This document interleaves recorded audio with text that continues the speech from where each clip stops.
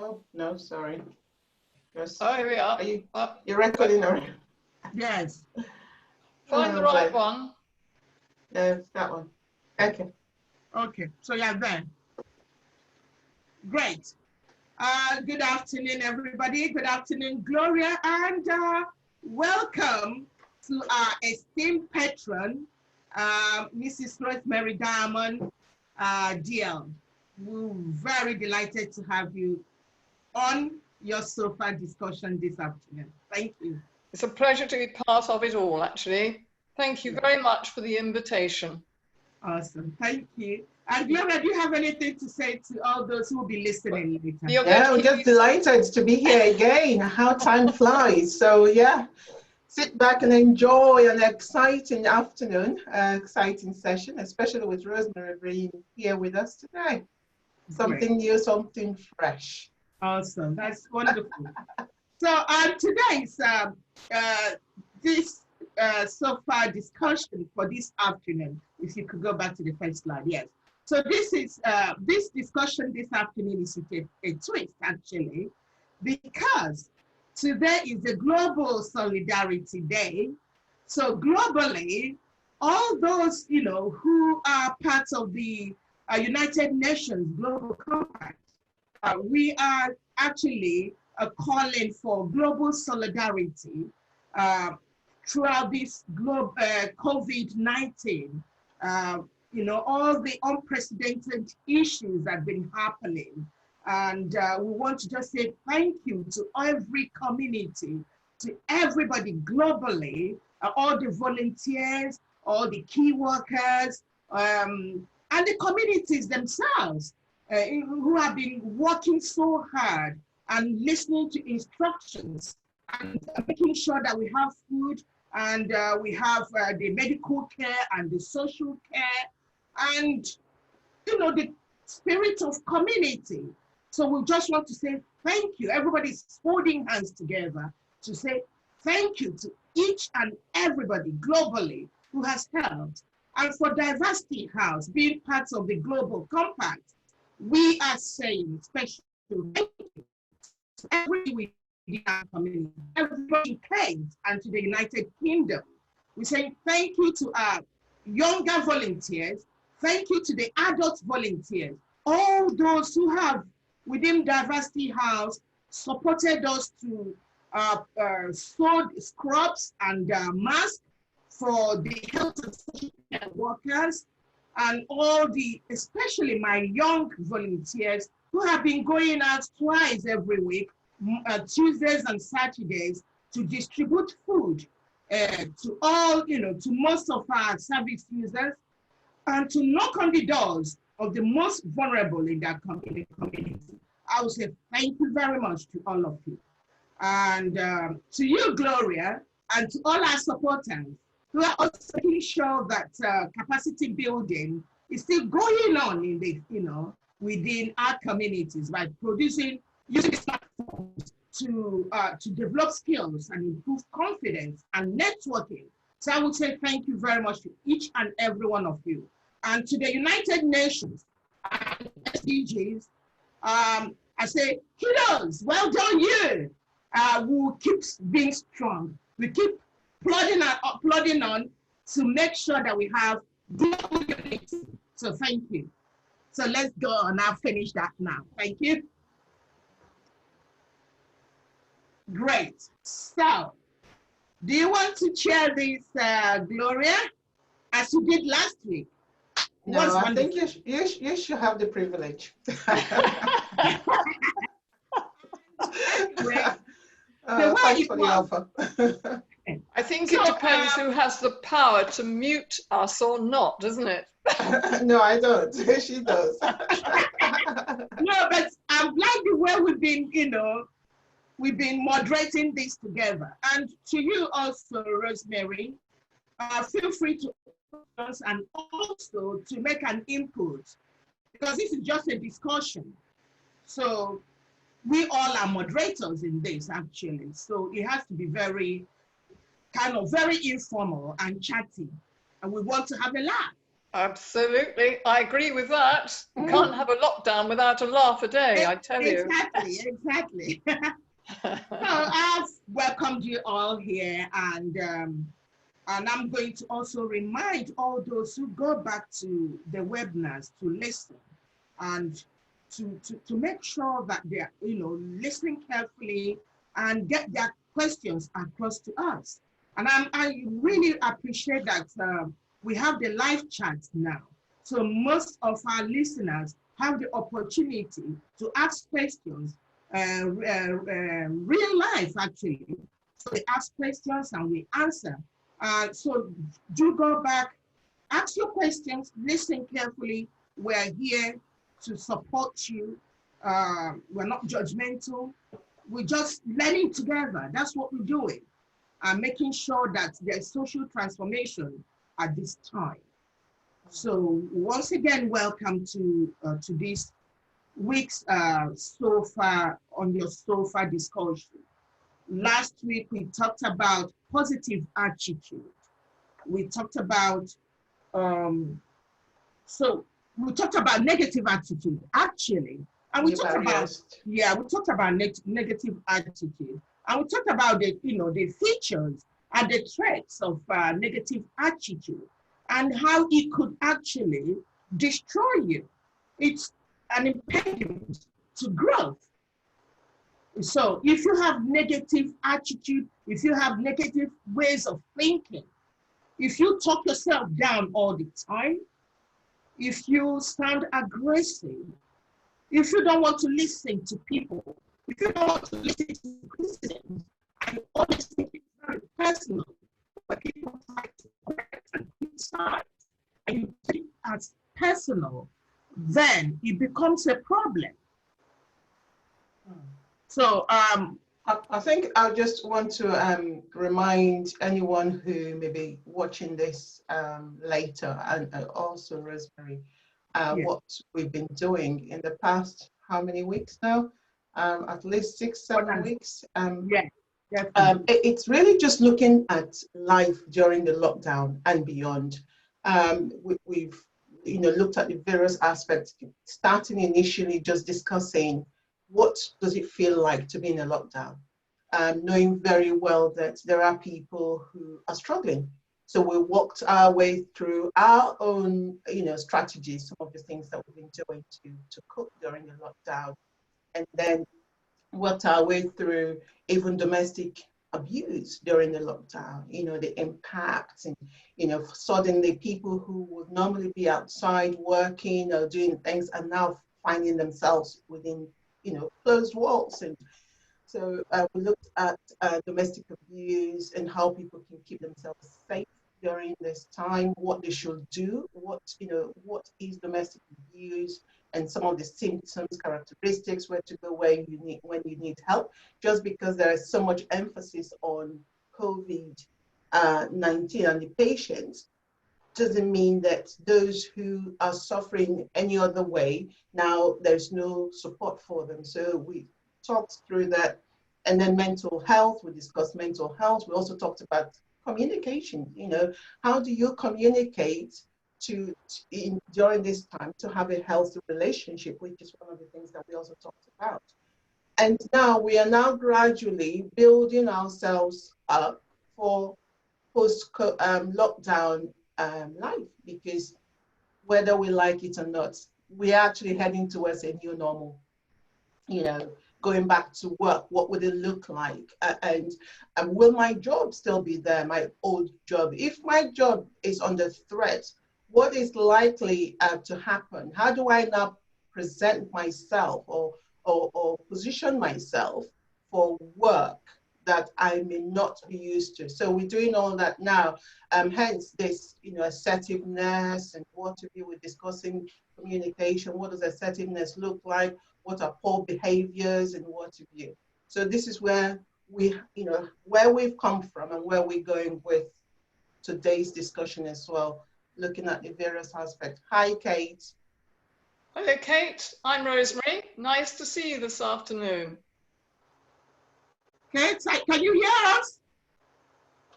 She's still connecting, I think. Yeah, she's still connecting, yeah. All right. So Yeah. tell me, Gloria, what were some of the solutions your visitors and yourselves came up with when you were presented with so many problems we already know about, don't we, during this 9 weeks of lockdown? I mean, one of the things that we talked about was when it came to obviously dealing with your mental health. We suggested people reading, going out, doing exercises, and just relaxing and not spending so much time in front of the television, just looking at those news, you know, people dying and what have you. Building a strong mental health relies a lot on what we do. And so That's listening to music. And, yeah, that's true. In the early stages, there was a lot of news, and we were all lapped onto the news. yes. I mean, I'm a very keen gardener, so I spend a lot of my time out in the garden, which I Oh, find good. No wonder you're looking nearly like me. I was wondering, have you been on holiday? Yeah, it's the effect of the sun, yes. But also, of course, I was, in the first few weeks, I was tied in to the radio. So I was doing the gardening with the radio on, so I heard all the news each day for several days over perhaps the first 3 weeks. And you get tired of it after a while. So you stop that, and I do exercise every day as well. I'm out for an hour and a half running and walking. Wow. I'm lucky because I'm right in the middle of orchards. Right. Wow. Can I welcome, sorry, my interrupt. Can I welcome Kate properly now? She's on mute. Oh, can you see me? Hello, Kate. Hi, can you see me? Yes, we can see and hear you. Good, good. Can you see us? Yeah, I can see you very well. Good. So welcome to On Your Sofa discussion, Kate. Thank you very much. Good.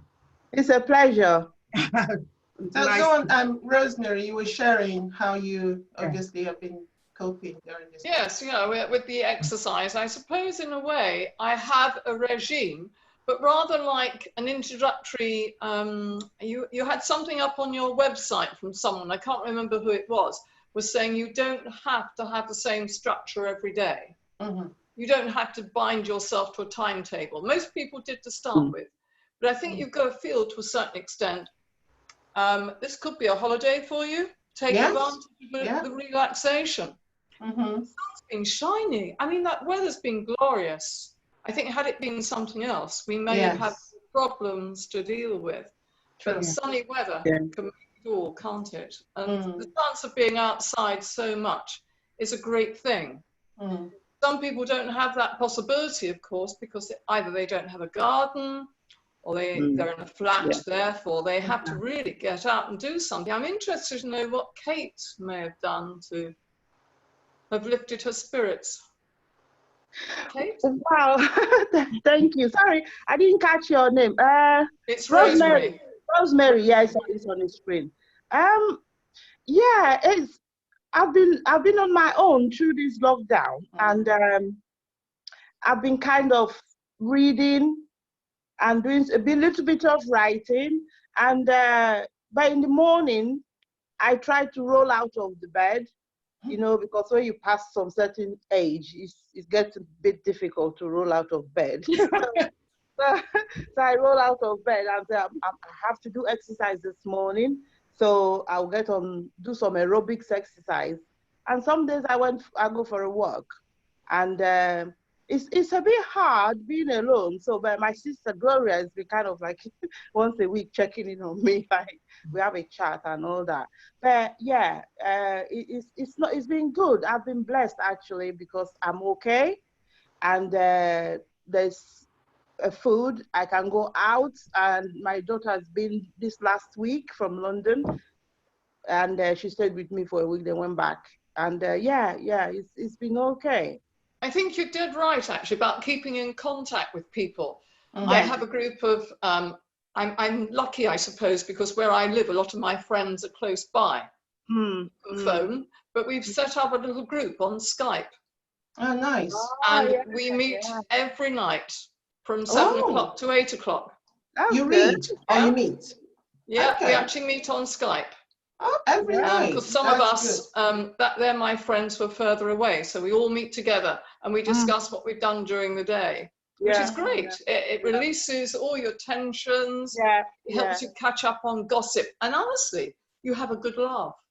Yes, very true. And that's really important. I think one of the reasons Christina and myself started this was right at the beginning, we were looking at ourselves, hair overgrown, nails overgrown, and it's like, how do we cope during this time? So we thought, let's just have, let's chat about our struggles, some of the ways we are coping and mitigating against all this.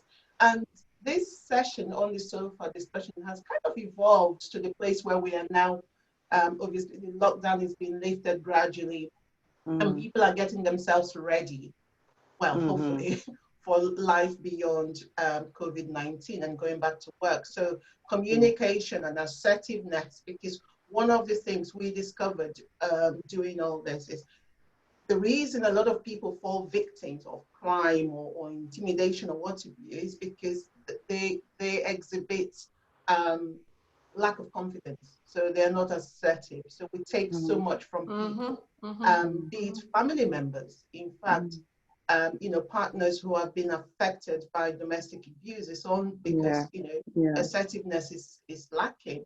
So just discussing the different aspects of assertiveness and assertive behavior has now brought us to where we're now looking at positive behavior today. Isn't it, Christian? Yeah, it's positive behavior. And like you rightly said, our lives in lockdown is going to be over very soon. And I'm keen to see that most people that have been our service users, especially the women and girls, for the Women and Girls Project, one of the things that we noticed that puts them down is the lack of confidence and assertiveness. And also, being that most people would have lost their jobs or so, or may want to rebuild their lives, they will need to actually be assertive. They need to know how to communicate and, show, kind of confidence when they're going for a new job or when they're going for a new contract. So they've got to rebrand themselves. And having that confidence after being locked down after quite some time is important. So we want people to not to feel intimidated, but to move into this new normal in a very confident and assertive way. To be honest, there's some, like we've been saying, Gloria, for 2 weeks now, we've been saying there's treasure in darkness, isn't it? Yeah. There's treasure in darkness. So yes, we passed through the period of darkness. We are going out to now towards the light. And there's treasure to be found. If people use this lockdown carefully and, if they use it properly to actually think and reflect. When we started, we talked about doing skills audits. We talked about thinking about the things you wanted to do that you were not able to do. Find out why you didn't do it. How can I do it now? I use all this time that we're sitting down at home to put strategies in place. We said smart strategies in place in order to propel and move into the new normal in a different way. And that's why we started all this. And I think that we're going to equip people and ourselves with the skills and the confidence, the positive attitude to move into the new normal. Because it's not going to be the same. Life is not going to be the way it was in December 2019.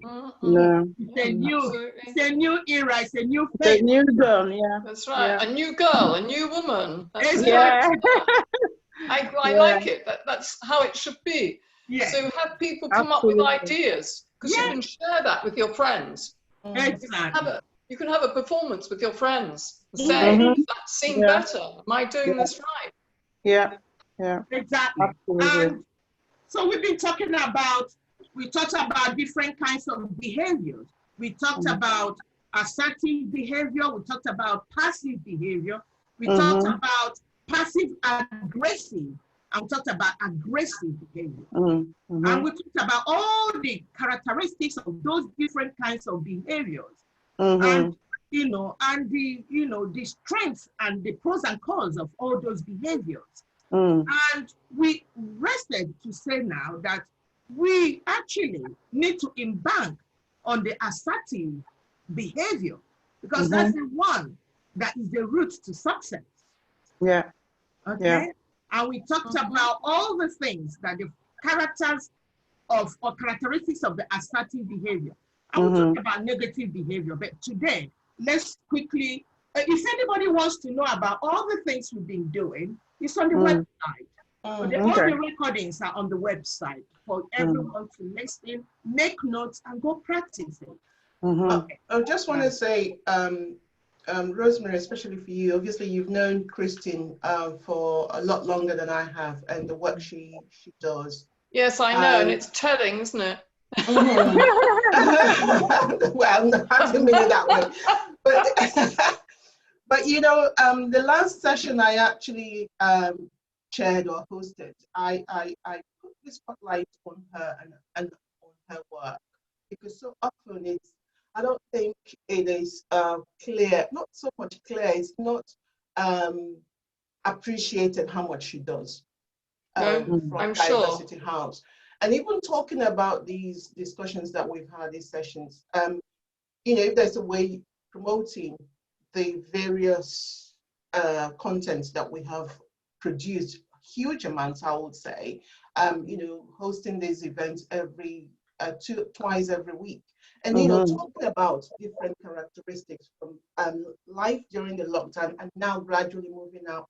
It would be good to encourage people to visit the website, Diversity House and .org.uk, and just really let people go in there. I mean, it was nice talking to Claire, one of the police community police officers. She was on this show 2 sessions ago, like a week ago. She was there last on Monday. Was it Monday? Okay. All right. Okay. And you know, and she actually said that when she was asked, you know, what she was talking about, the resources she's been using during this time, and I asked her to tell me one of those such resources, and she said, you know, the website, Diversity House website, because of all the different talks that we've had. I think, can I just say, it's very professionally done, because as you were talking, all these items came up in front of me as to how to be assertive in your behavior and so on. You planned it out extraordinarily well. It's as good as, if not better than, some of the lessons that teachers give the children online. They've been giving them online over the last few weeks, actually. It's really professionally done. I'm very, very impressed, actually. Thank you. There is no site like this in Gresham at all that's as good as this. So She's well done very, very well. She's done extremely well, and I think she should be commended. And you too, Glory. And to think that you've recorded it. Huh? You've recorded it so we can go onto the website. Yes. And go back through it all as well. It's excellent. I just want those people who've seen this and taken it in to actually use it now. Yes. So, and Gloria has really done so much to make sure that we were learning together, you know, and we were saying that very soon we're going to be TV presenters, you know. Hey! All those other presenters will move over and we're going to take this. Yes, of course, yeah. Why not? So you're as good as the well-known Kate Moss, then, Kate. Yeah, I know. Everywhere I go, like it's a label on my back, you know, like Kate Moss. I said, okay, yeah, I'm actually older than her, so that's all right. That's really good.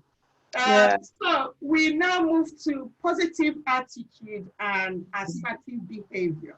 So you see, unlike the passive behavior, which is somebody so flattened and placid, unlike the passive aggressive person or the aggressive person itself. Assertiveness assertive behavior goes hand in hand with positive attitude. Yeah, that bedfellows, assertive behavior and positive attitude, that bedfellows. They're married, they have this very wonderful marriage together. Yeah. You can't separate positive attitude from assertive behavior. Because you've got to have this can-do attitude. You have to have this openness. You've got to have this transparency. You've got to have this respect. Yeah. You've got to have dignity. You've got to have, honesty. You've got to have openness. And value.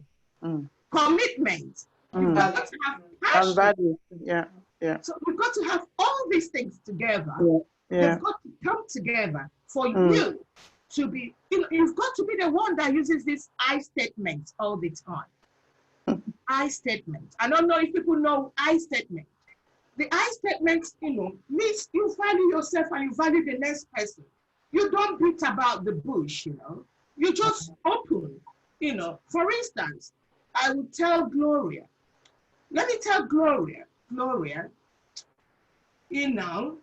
I didn't like it that you didn't call me on Tuesday. I felt sad. Now she tells me. like when she don't reply text for 2 weeks. Oh, I'm not that bad, Mama. I know she's busy. Oh dear. Did you see my statement? It's all coming out. Okay. The statement is there. It's not that you want me in advance, so I'm sorry. So the statement is there. I statement.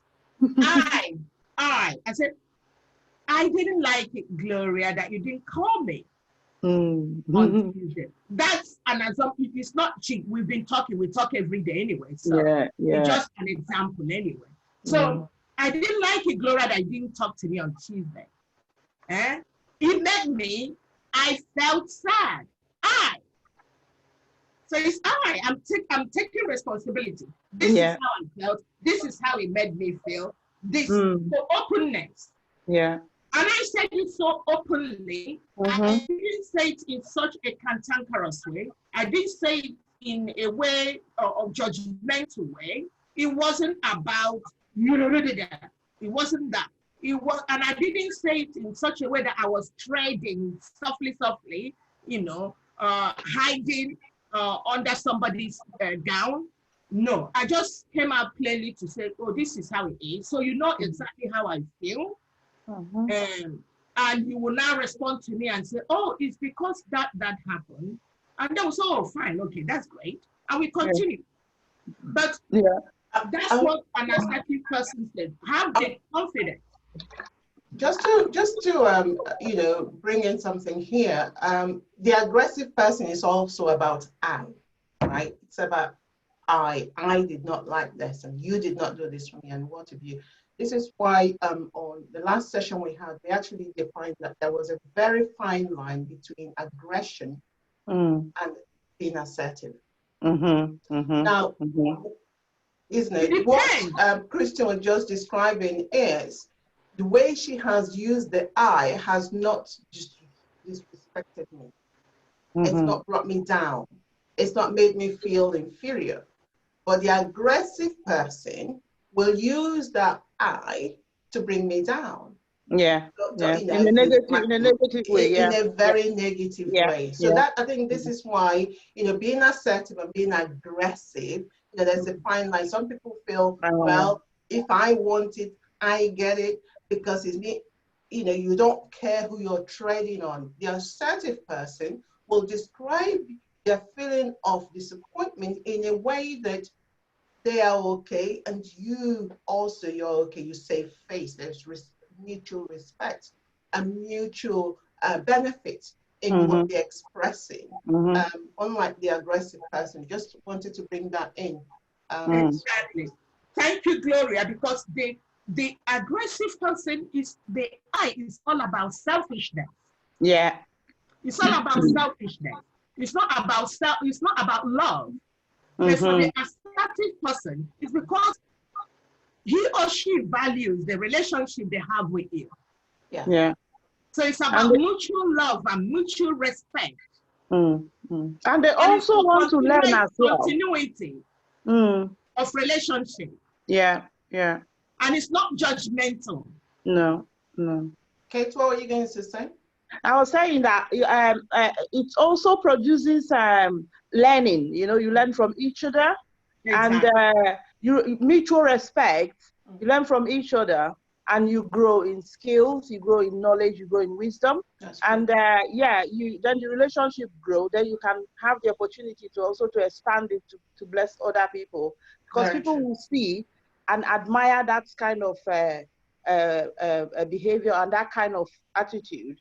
And they will admire it, and they will make comments, and they will want to emulate it. So that's why it's good for like-minded people and mutual respected people and people who are forward-looking to also get together, not because they're getting together because they think they are better or something, but to get together to produce something that is valuable for other people to emulate and follow. That's what I'm getting from the conversation. Yeah. Well said, Rosemary, we're talking about your group. Yeah, I can see what you're saying, Kate, actually. That's quite right. Because once you have self-respect, you can glean that and you can pass it on to other people too. Yeah. Because they respect. Self-respect, they can see it. Respect is a huge thing. Yeah. When I was head teacher, I had a motto in my school that was the 3 R's. It wasn't writing, arithmetic. All right, it was, in fact, responsibility, reliability, and respect. And it was those 3 things. And those 3 things actually go together. The first is respect. Yeah. When you are reliable as a person, you can pass that respect on. Yeah. But you've got to be responsible too. Responsible to yourself, responsible to your social group, responsible to your career. Yeah, absolutely. Awesome. I love what you're saying, because that's, you know, Kate and all of you here, what you're saying is about living legacy.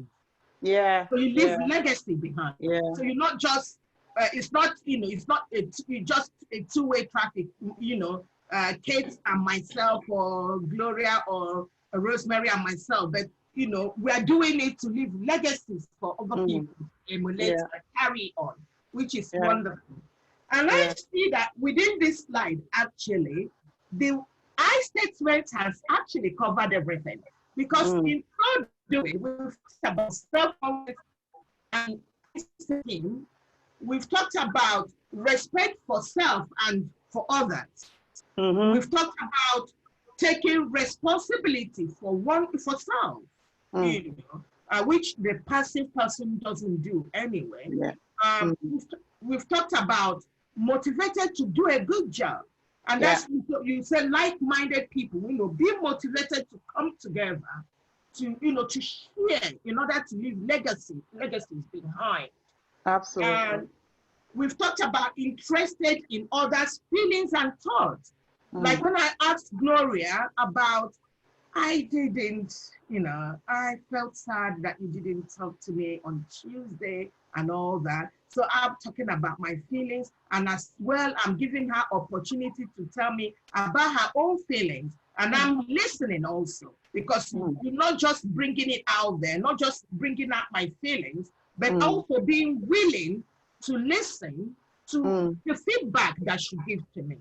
So an assertive person is a very good communicator, because remember, Gloria, we talked that communication is 2 ways.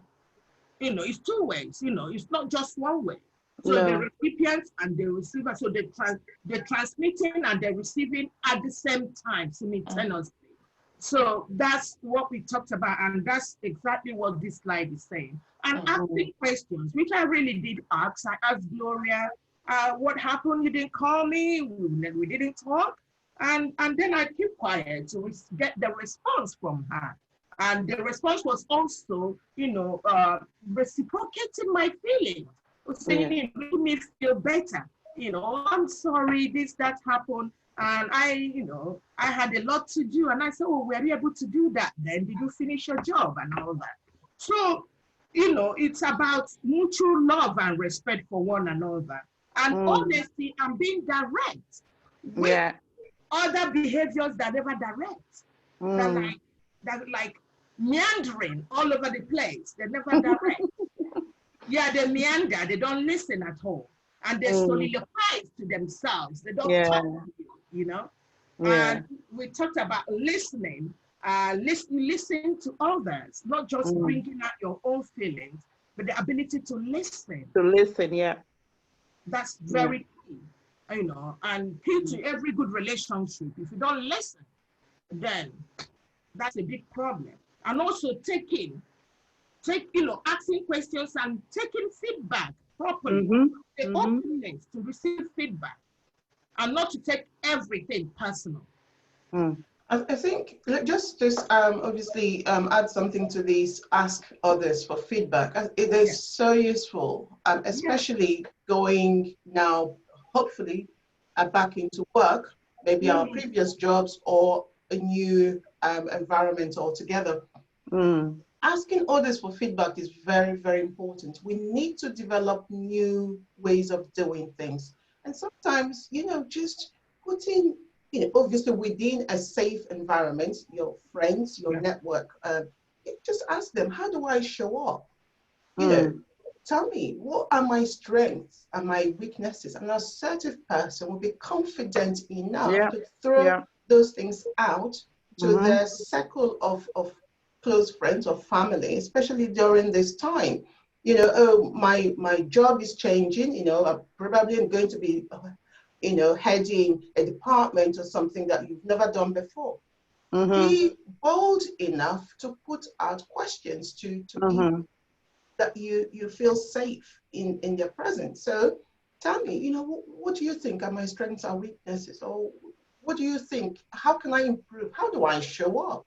And an assertive person will be confident to ask those kind of questions and take feedback. It is important that during this time, especially having been indoors for 8-9 weeks, going back to work, will be wobbly. So it is important for us to build our self-confidence again in order for us to go out and be a better us, be a better whoever, be better at what you're doing. So take time, maybe about 3 or 4 questions at the most. Just write down, tell me, what do you think about me in these areas? What do you think I could do? What are my weaknesses? And sometimes, I've had to do this for myself in the past, and sometimes they all tell you the same thing that they think your weakness, what one thing that they think it's you're weak at. Send the same question to as many people as possible. If they know you very well, they will actually come together and say, you know what, one, differently, they will come and say, I think you do too much, or I think you don't speak it up enough, or they will tell you the same thing because they know you very well. So asking others for feedback is a good thing to do. Yeah. Well, that's good in a way, because that is evidence that you're assertive. Yeah. Because they wouldn't be able to respond with something the same otherwise, because they wouldn't know. They put a whole diverse list of things about you, which wouldn't quite be the same. So it's a good indication that you are reasonably assertive. Not only have you the confidence to ask, but you have made yourself known to them. Vulnerable. They can respond exactly the same from each other. Can I put something in here? And this is very, very important. We all must, listen to this and take it as a very good word of advice. Sometimes, and I think I don't know if it happens to men. And so I can, I'm being gendered now. I don't know if it happens to men, but as a woman, let me say the species that I know of. Some of us women, we may ask questions and we may ask for feedback, but we don't know how to take it. We don't know how to handle the feedback. Yeah. So when people give you honest feedback, I know that some people may not give you honest feedback, but when you get an honest feedback, you know it within yourself. You know yourself. But they give you honest feedback. Some people take it they take it so personal. You say you're not assertive then, are you? Yeah. People give you feedback, and I'm saying it in case of the office. You know, when you're in the workplace and, you know, during supervision, because we're all going back to work. And during supervision, so we all have people we report to, even though no matter your position in an organization, there's somebody up there, or there are people there that will talk to you, you know, that will have to give you some advice and instruction. Yes. We must all learn to be open, to listen, to accept feedback. Even when you do not actually want to implement the feedback, just be open to listen. Don't start taking it personal. You know, some people, you give them feedback during supervision, you become their worst enemy. They won't take it because this is supervision. Supervision is to help you to develop. That's what it is. That's what the supervision is, to help you to develop, to make transformation from one height to the next. And so if you don't get the feedback and go and implement what has been said, how would you transform to the next level? Even if you're a CEO of an organization, there are board of trustees, there are board of managers that are there to give you, you know, to say, oh, that should have happened that way. And if you refuse as a CEO of an organization to listen to those things, think about it and take them on board, I don't think you're going to be a good CEO. Then Not for long. You know, things like that. So being able to receive feedback and implement it is a very good way of showing assertiveness and also growing, developing. And so we want to develop when we get back to work. Let's learn the spirit of openness and receiving feedback. Okay? Does it not also depend on how many men are in your workforce and how many women? Does that have an effect on how you are going to view their comments, or how men are going to view you? Because we're talking almost as if there's going to be women on women. No, I'm just saying that I'm coming from being a woman. I don't know how men take feedback because I'm not a man. Well, that's right.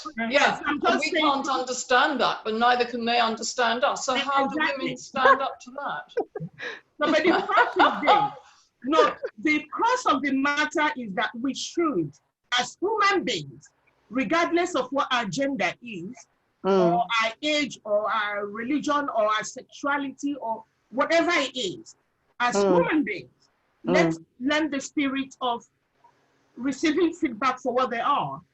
Go home and analyze them, take on board the things that need to be taken on board, and find a way to implement them so that we can change, so that we can grow.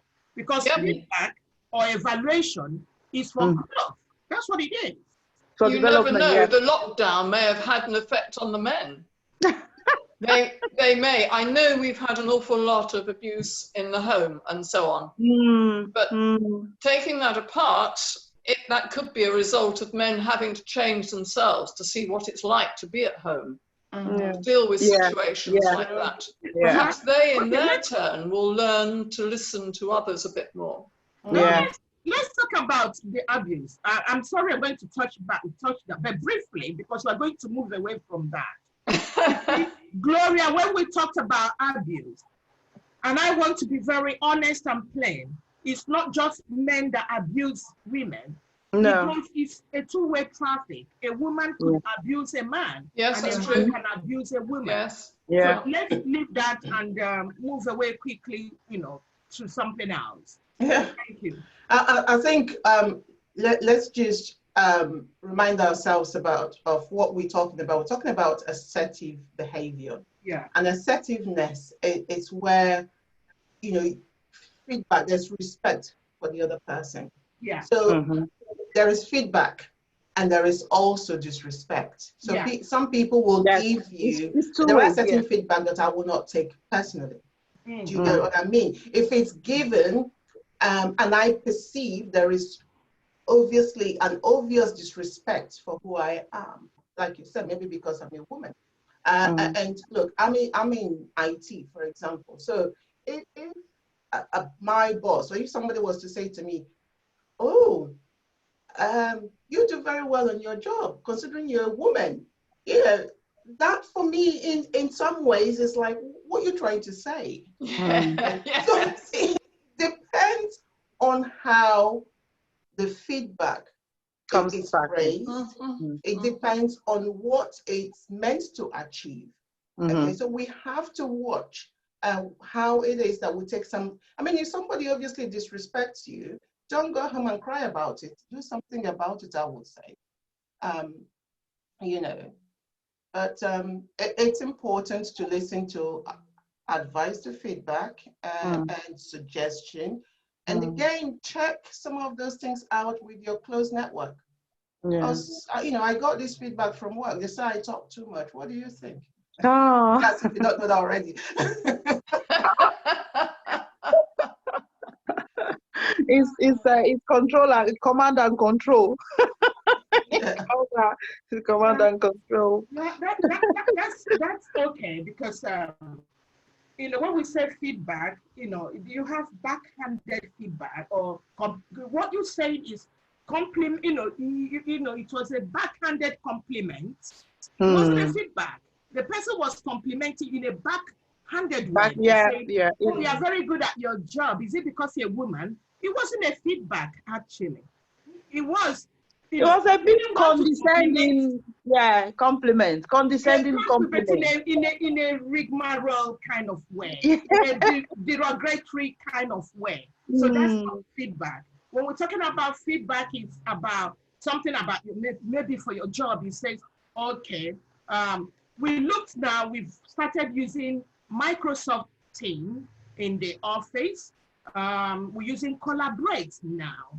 I've seen that you started using it. That's very good. But I noticed, and that's you, Gloria, telling me, Christine, I noticed now that, you've made a very good improvement from not knowing how to use Zoom, actually, to knowing how to use Zoom, and to knowing how to use it.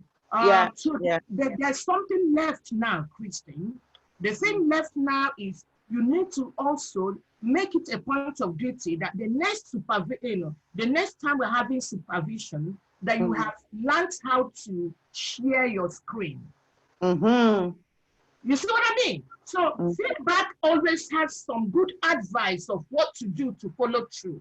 That's what it is. That's what feedback is. That's why you do evaluations. When you do monitoring and evaluation, you want to get feedback of what next to do better.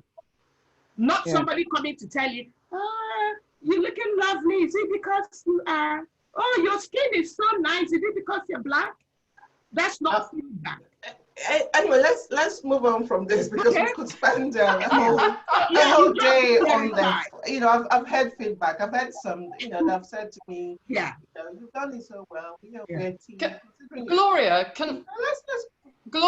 can I just ask, on all your meetings that you've had so far, have many of these women say that they're going to work from home in future?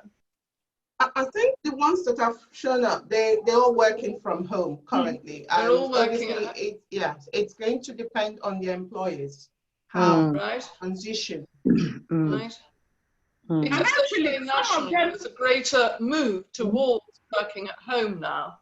Even with men. So.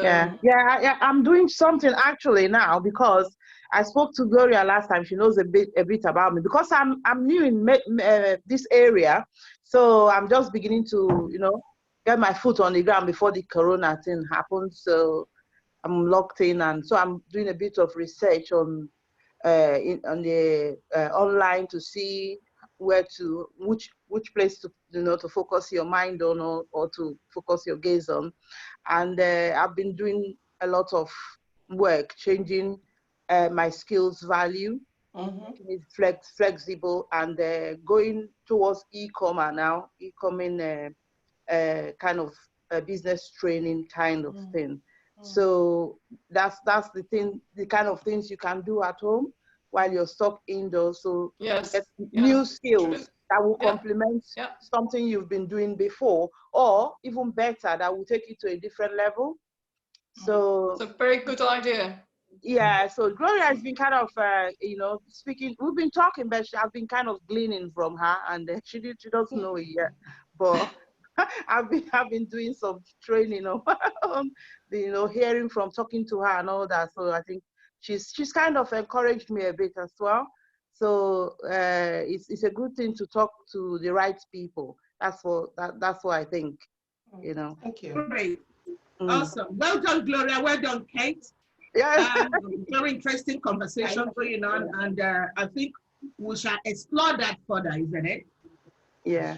Great. So the next slide now, it's about how can we be more assertive? Because you remember Gloria and others that listened last week.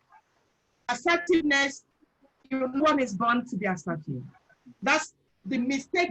You know, I see people tell me, "Oh, Christine, you're always very confident, you're very assertive." But the mistake is that no one is born confident and assertive. No, it's a learned behavior. It's a learned behavior. Sometimes in some situations, I go to my closet and I open the, you know, and I go to the mirror and I psych myself. I psych myself so much. And they say, "Oh, Christine, you can do it." And I look at the mirror and I say, "Yes, but you have all it takes to do it." So no one is born assertive. It's a behavior. And let's look at how can you become assertive. Can I just ask Rosemary? Sorry, Rosemary, I'm putting you on the spot here. You are a woman that obviously within Kent alone, you hold a very, very high position. And you know, there are people who will be coming back and looking at this. From your experience, you've worked as a head teacher, and now maybe I'm going to let you introduce yourself. Actually, I met Rosemary a long time ago before I met her at Princeton, doing citizenship. One of your many hats. So maybe you may want to tell us, because sometimes there are things that are not academic. You know, assertiveness could just well be about learning from others who have been there. So what can you tell, you know, us listening to you now and those who will be listening in the future about how one can become assertive? Christian rightly said it's not a learned behavior. Nobody was born assertive. No. Some people were born with a loud voice and some people with a soft voice. So that can make a difference as well. But I think it is learned behavior. It's learned behavior with different sorts of people, a whole variety of people. And as a head teacher, I had a multitude of different people of different ages to deal with day in, day out. So it's very easy to see how my personality would fit in different situations. And you would learn bits that worked well, and you would try and forget the bits that didn't work well, not to use them again. So it's a tremendous lifelong learning. I don't think it comes immediately. I think what comes immediately is the aggressive assertiveness. Because to make yourself known, you want to increase the volume of your voice, you want to increase the volume of your body language, and therefore you start to defeat people before you get anywhere. That's the beginning part. And then you download yourself from there and start to learn from what everyone else is bringing you, listening. Wow. So, what's this frozen? You hear me? Just when she's giving us something quite important. Okay, so it's frozen. Karen, I think it's a network. Kristen, you can carry it. Okay, the fact is this. let's also say something because Rosemary was not with us the last time. You know, we talked about communication and cultural communication. Mm-hmm. So she talked about something that needs to be cleared now. You see, culturally, there are ways Eurocentric people communicate and the way non-Eurocentric communicate. We talked about voice. We talked about voice. You know, the words, you know, words make up only 7% of communication. Pitch and tone make up 38%. And the remaining is body. Body language. Yes.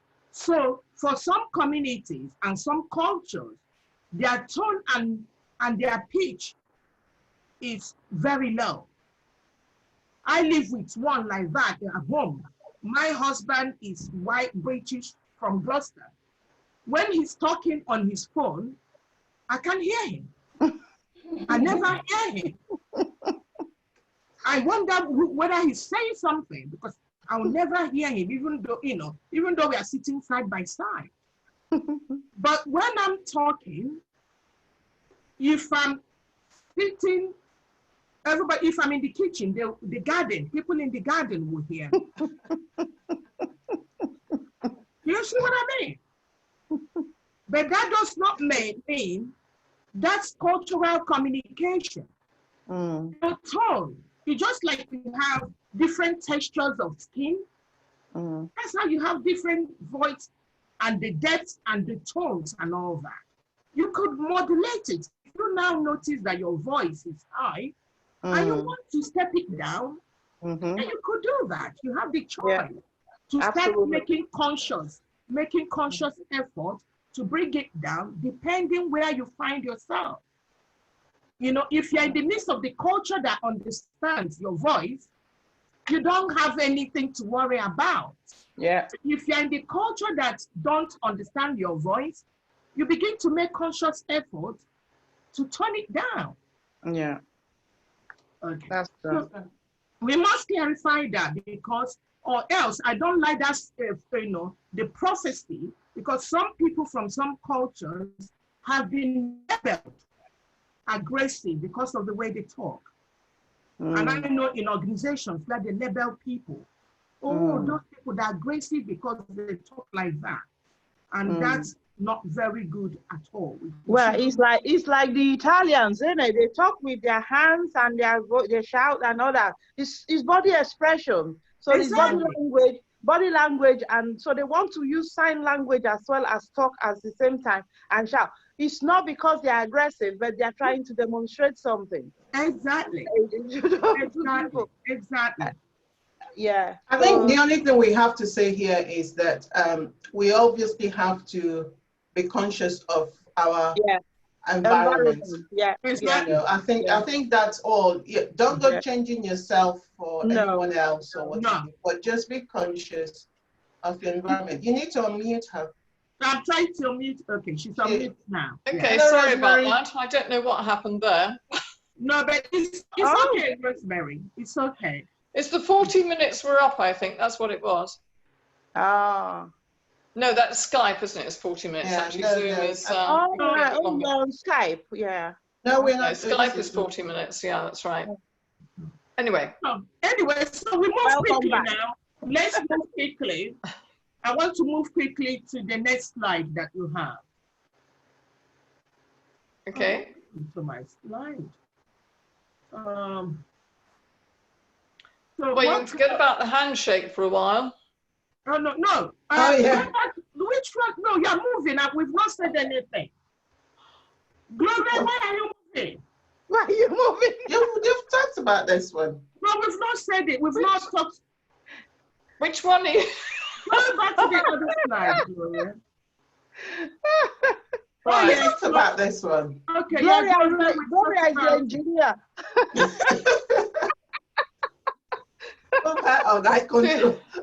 We got to focus on the one with the moustache, or what? Which one are you looking for? This one? No, we've talked about it, haven't we? That's where I left it. Yeah, we've talked about it, Gloria. we've talked about that. When we Yeah. talked about, And then this one. yes, thank you See, very I've much. got power in my fingers, Christine.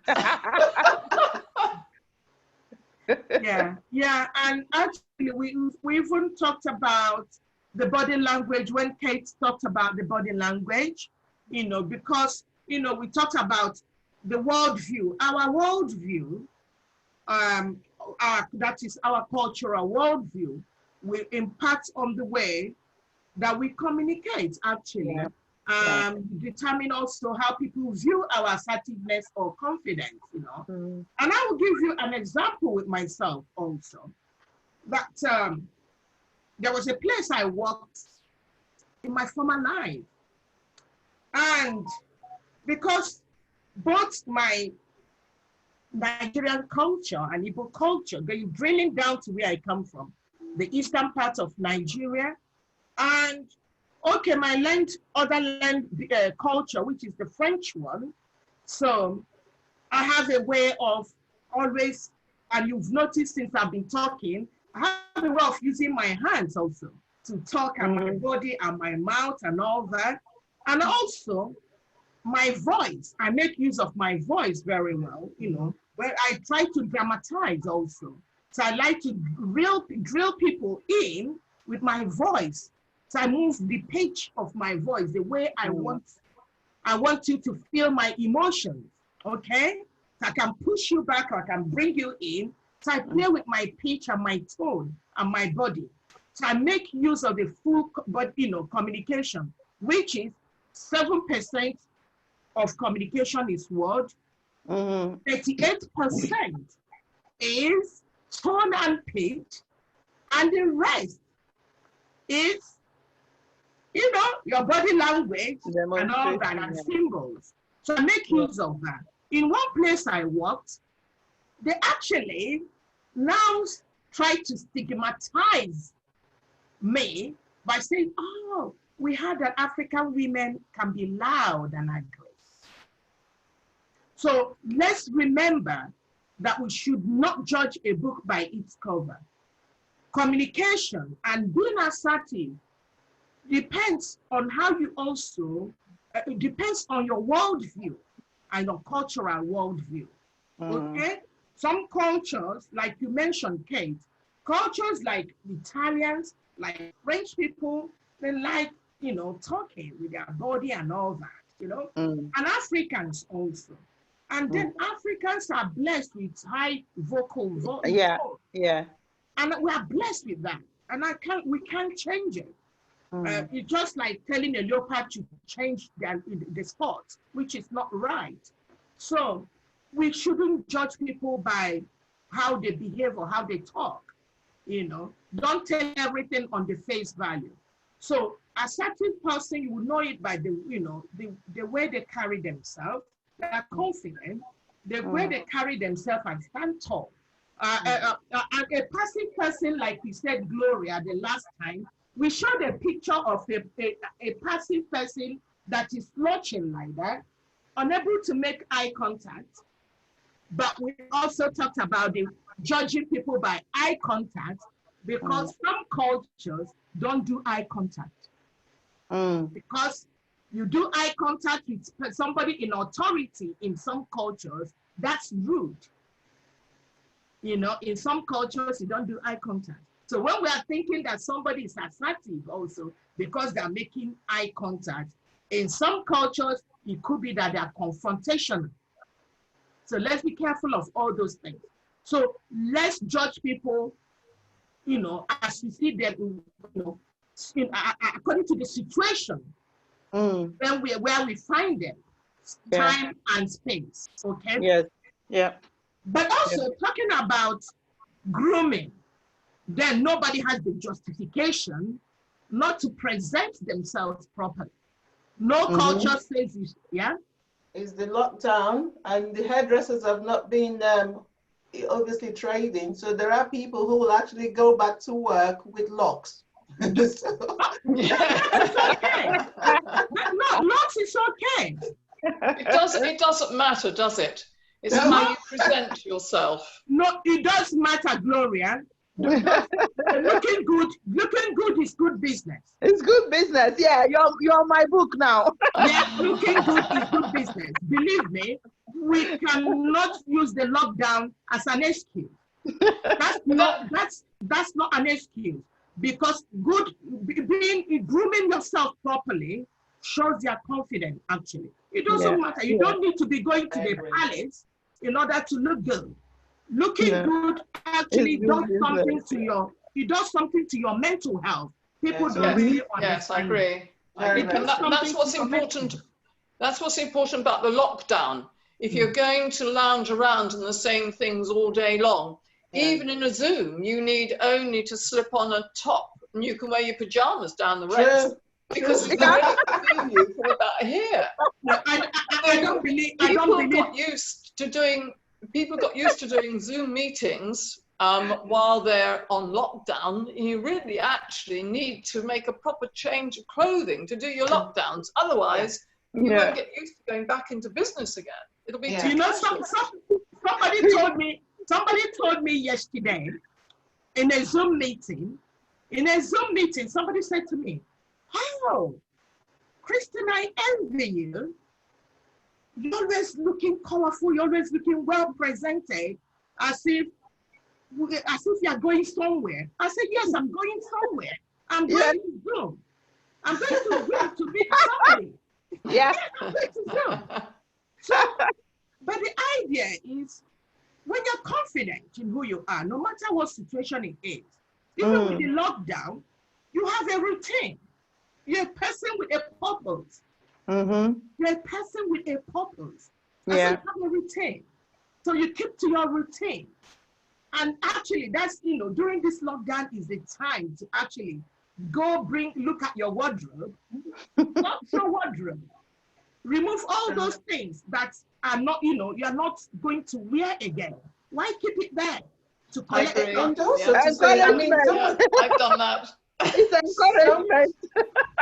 Someone may be looking at this, you're saying go, more or less get rid of your old stuff. And what about someone who's lost their job, or somebody who's been furloughed and things like that? So money becomes an issue. I just want to bring it here. There are places you can actually get things for next to nothing, whilst supporting the environment. Charity shops, a confident person. Wherever you can do it, just because you don't have money doesn't mean you cannot look after yourself. You're right. Not only, you don't even need to go to charity shop. You don't have to break the bank. No, let me tell you, don't need charity shop. There's Prime here. No, you don't even need that. Let me tell you what we've started. And in Swell here, my good friend, Kili Bini, started a little act of kindness. So a little kind of act of kindness. So everybody brings the things they don't want, very nice things that would be good for somebody else. Yeah. Ranging from babies' clothes that have not been worn, to sunshade, to clothes, to shoes, to everything, to furnitures, anything at all. And they put it in our group, any little act of kindness, and say if anybody anybody that wants it, and if you say you want it, they'll ask you your address and they go drop it for you at your doorstep. So you don't need money sometimes to be buying clothes or anything. Just go to the forum. We have different forums there in Facebook. There are Facebook. In Facebook, there are many things people are giving away for nothing. Wonderful things. That's where looking for things, kind of researching and looking for things on the website or internet or wherever I can get information. Information is very valuable. You don't have to spend much to be able to connect to something that you really, really need, and somebody is giving it away, or somebody is like this program now. People are struggling to know. They don't know what to think or what to do or where they are or where they're going. They can, through research, So, all right, click on something and listen to this program, and that will make a difference in their life. So communication is very important, and information searching is very important. And a lot of people don't search properly, like, reasonably and sensibly. Social media, that's not going to take you very far. But researching purposely and looking for something that you really, really need, you get it. It's out there. Okay, I'm just conscious of time, so I'm going to do the last two, handshake and body movement. The reason I put the thing around the handshake is obviously where we are now. And so please don't go back to work the first day back post COVID-19 and you offer to shake somebody's hand. That is not acceptable. But normally, in an ideal world, we don't know when we're going to be living in one such ideal world. You will shake and firm handshake, looking the person in the eye, and you just being confident. It's okay. But obviously, with COVID-19, please don't go doing that. Even if they offer you a handshake, just remind them that we're still social distancing. Yes. And the other one is the body movement. Now, this is very important.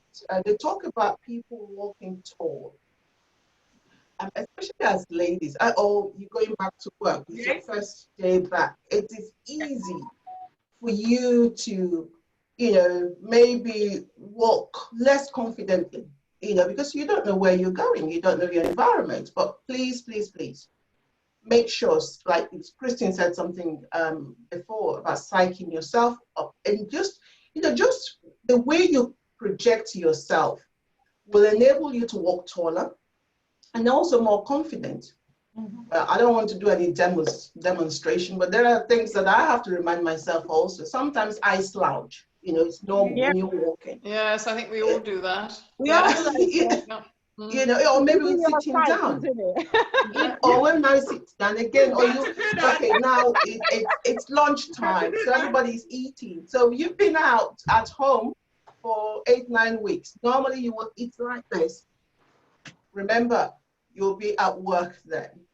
Make sure that when you're eating your lunch or what you remember where you are.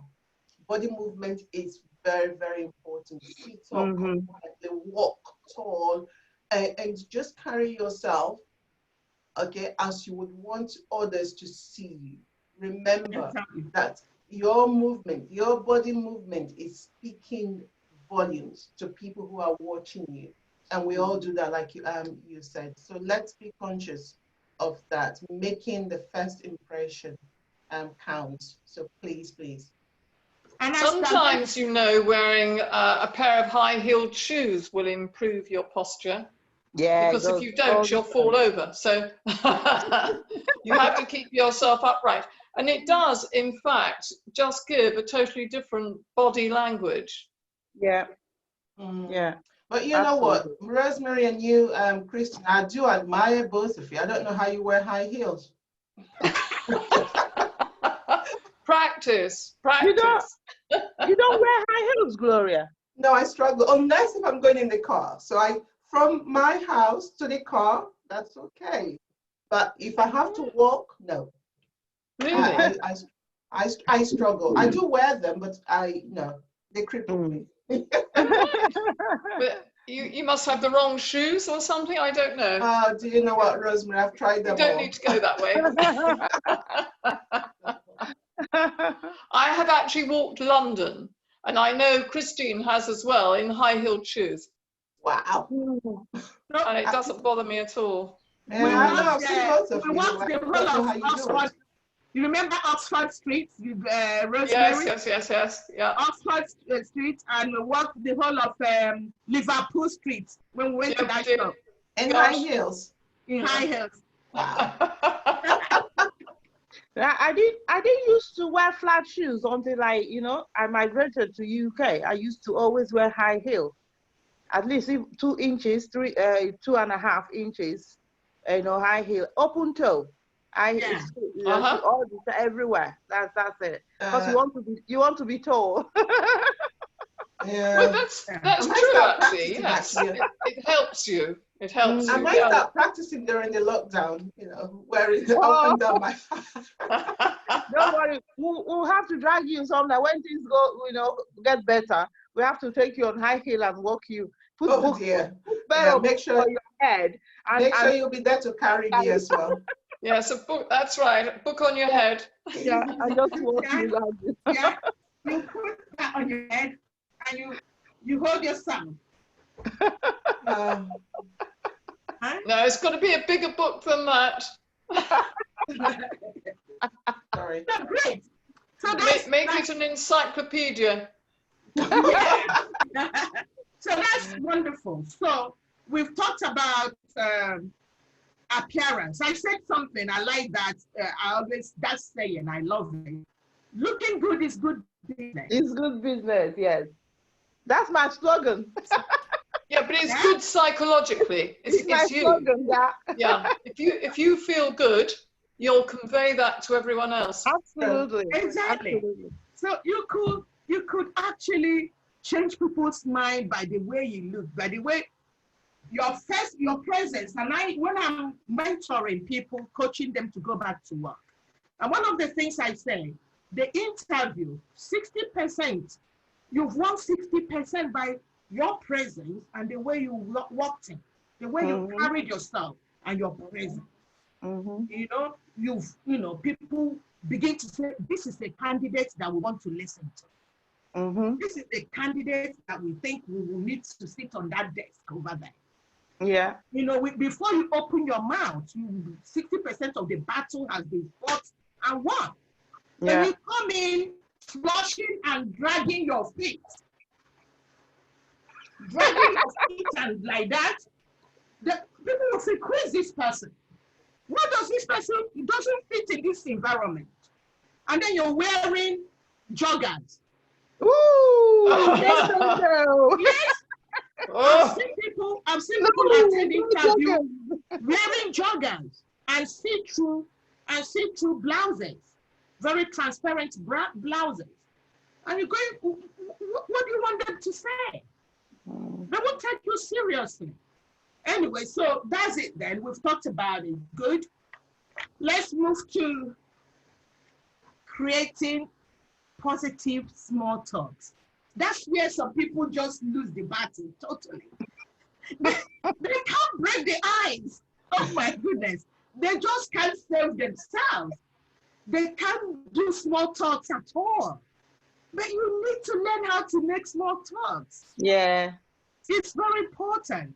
People, somebody said to me, you can talk to everything. You can talk to anything, anybody, anything, even a dog. I talk to anybody, anything, at any time. Not because I'm crazy, but it's, it makes you feel approachable.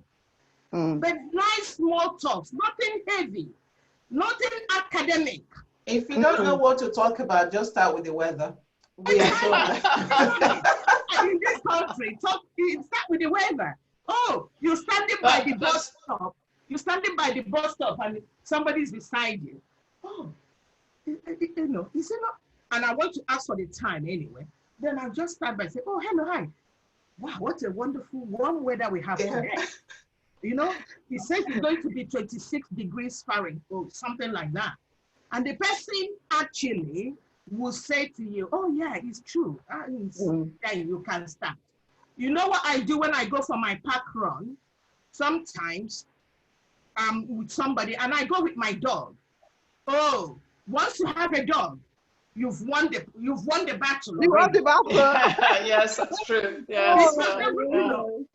So you could talk to the next dog owner and say, oh, what's the name of your dog?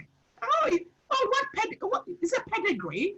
Oh, things like that. And they will talk to you. They will talk to you as if they've known you forever. So and you see somebody reading a book or something. What kind of something? There's something to say. So start with small, nice talk. Don't go wide and start talking about the philosopher, John Locke, the philosopher. Don't talk about Einstein or somebody. Just look for something around, or flowers, or anything. Ordinary. Well, I don't think people will struggle with what to say when they go back, because at least we all have this pandemic to talk You'll about. be surprised. Yes. You'll be It'll really be chat, surprised. chat, won't it? Yeah. But Won't have a problem. whilst we are talking about small talks, you need to be mindful of the small talks you're saying. Don't go back to work and start saying how many people died during Corona. It has to be something very Okay, positive. who's gone? You have to be Who positive. disappeared? All right, okay. You have to be It's still there. positive something. I'm still there. You're still there. Yeah. Am I still there? Hearing. Yes, you're still here. Don't worry. Yeah. We can see. I can see all three of you. All four. I of us. can see everybody, no problem. That's good. Okay. And I now, think a lot of the things that we've been sharing, because obviously we've really massively gone over time. Obviously being assertive, like we said, it all helps to minimize stress. exactly. You don't. What you think of yourself, how you perceive others as well, and your environment will all help you. It will help you, yeah. To survive this lockdown and migrate into the new way of doing things when we do go back. Some of you have already gone back. It helps you to take more risk because you are assertive. Like we said before, even just going after your close families and friends and asking for feedback, will allow you to maybe apply for that job that you think, oh, that's too much. I think Christine and I, we've discussed, we've talked about the imposter syndrome. Oh, imposter syndrome. A syndrome where you are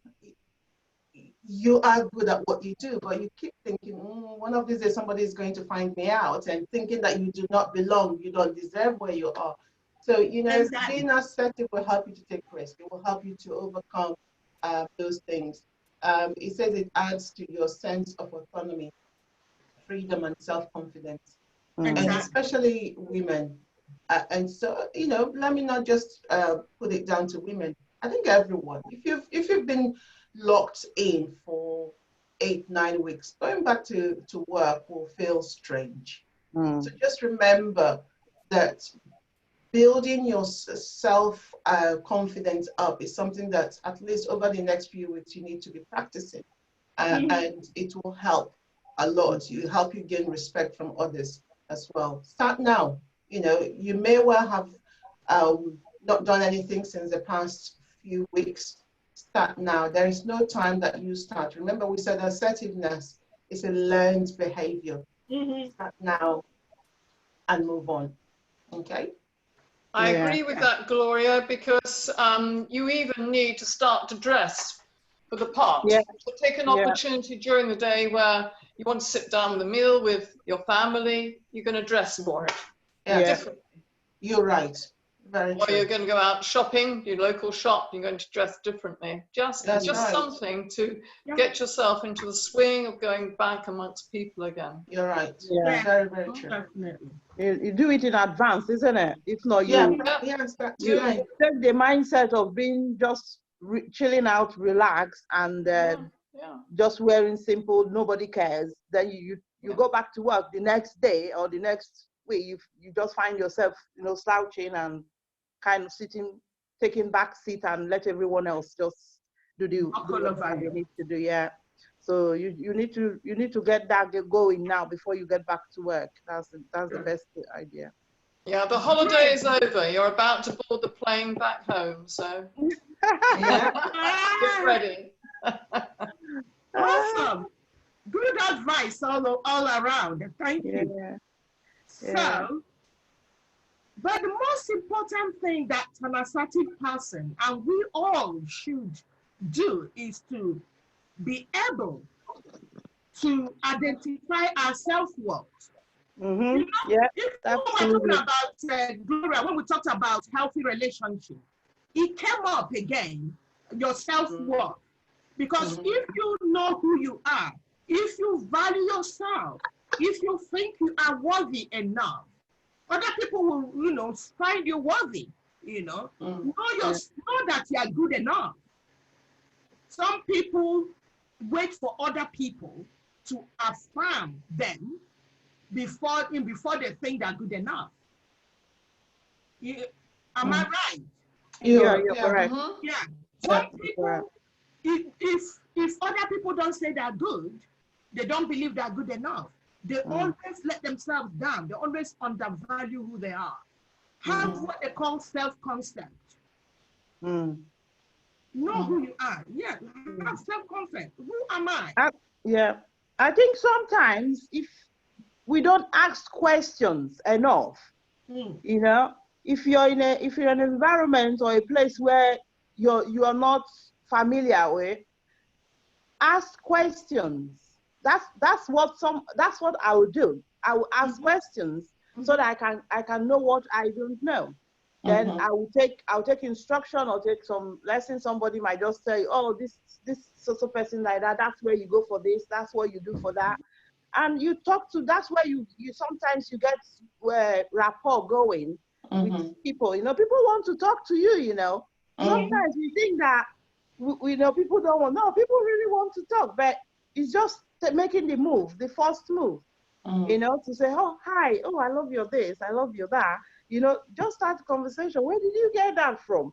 You know, people will talk to you because they really want to talk, but many of us, sometimes we just feel like, oh, I can't talk to that person. You just freeze and you just stay in your box like that, and you just walk in that box without turning left or maybe looking around and just seeing where you are.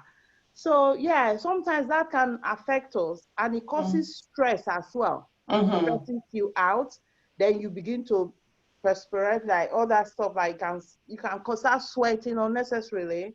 And that will even cause more problem. Exactly. And Kate, what you're saying now moves swiftly into what they say interesting.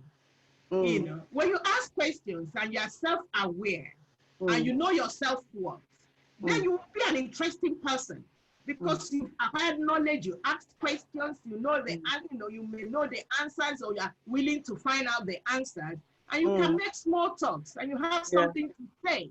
Some people are boring, and forgive me, but I'm not judgmental, but no, let's try move away from being boring. Have something to say for yourself.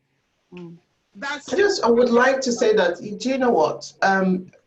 You know, you could be listening to this after today and thinking, oh, I'm not any of those. Listen, it's a learned behavior. You can start today. Yeah. So what we don't want you to do is feel that there is no hope. There is.